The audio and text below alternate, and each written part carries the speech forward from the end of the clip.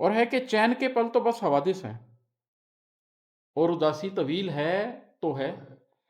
Again چین کا پل تو زندگی میں آتا ہے اور تھوڑی دیر کے لیے آپ کو نشاط دے کے چلا جاتا ہے۔ وہ ایک واقعہ ہے، وہ ایک حادثہ ہے، وہ ایک ایونٹ ہے۔ جو پرپیچول سچویشن ہے وہ ایک اداسی اور تنہائی کی ہے۔ آپ دنیا میں آئے ہیں، آسان نہیں ہے۔ اگر آپ اپنی زندگی کا مقصد ہی کھو دیں، معنویت ہی کھو دیں اور انٹرٹینمنٹ میں گھسے رہیں تو اور بات ہے، لیکن اگر آپ حقیقت کو جان لیں تو پروفٹ صلی اللہ علیہ وسلم نے فرمایا کہ تم تو حقیقت جان لو تو کم ہنسو اور زیادہ رو۔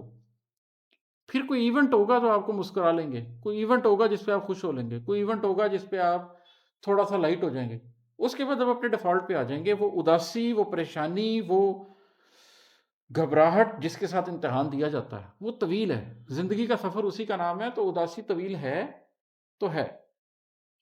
اچھا، یہ اگلی غزل میں سے میں ایک شعر سنانے لگا تھا، لیکن یہ پچھلی غزل میں جو میں نے بات کی تھی اس سے بڑا ملتا جلتا ہے، تو میں یہ آپ کو سناتا ہوں، اس کو اسی سے کنیکٹ کریں، اس کو اسی ویڈیو کے ساتھ رکھیے گا۔ یہ ہے: میرا دل کرب میں ہے اس اداسی کے سمندر میں، میرا دل کرب میں ہے اس اداسی کے سمندر میں کشتی موڑ لوں اس پر مگر مائل نہیں ہے وہ۔ یہ جو میں نے بھی بات کی نا کہ اگر آپ زندگی کی مقصدیت ہی کھو بیٹھے ہیں اور انٹرٹینمنٹ میں پڑے ہوئے ہیں پھر تو کوئی بات نہیں، لیکن اگر آپ زندگی کی معنویت، مقصدیت سمجھتے ہیں، آپ اس کو اس طرح سے دیکھ رہے ہیں کہ ایک آبجیکٹو آئی سے دیکھ رہے ہیں، تو پھر آپ کو وہ اداسی امبریس کرنی پڑتی ہے، پھر آپ واپس نہیں پڑ سکتے۔